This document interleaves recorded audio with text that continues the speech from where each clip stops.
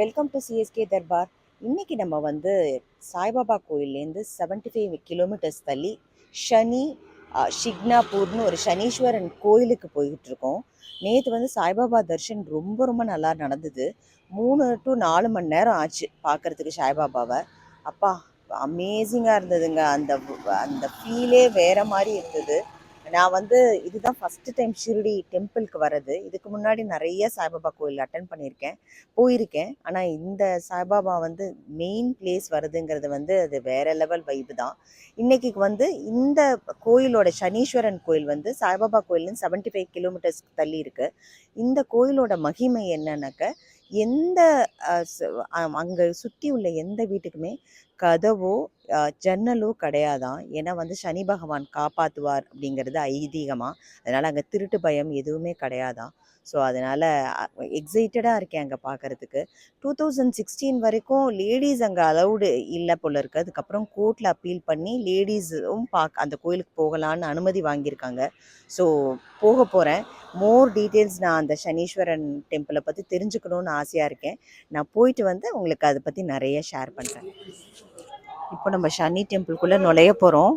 75 kilometre தள்ளி சாய்பாபா டெம்பிள்லேருந்து வந்திருக்கோம். அர்ச்சனை தட்டெலாம் வாங்கிட்டோம். இப்போ நுழைய போகிறோம் சனி டெம்பிள்குள்ளே.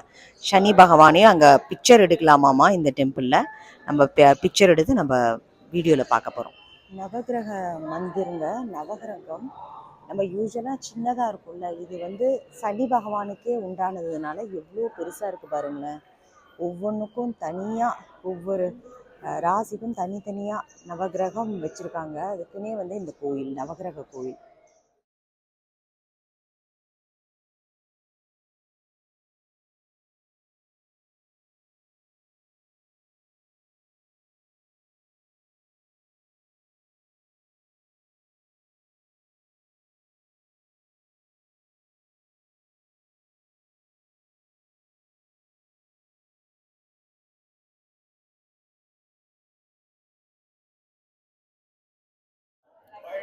நம்ம இப்போ பார்த்துட்ருக்கிறது வந்து சனி பகவான்.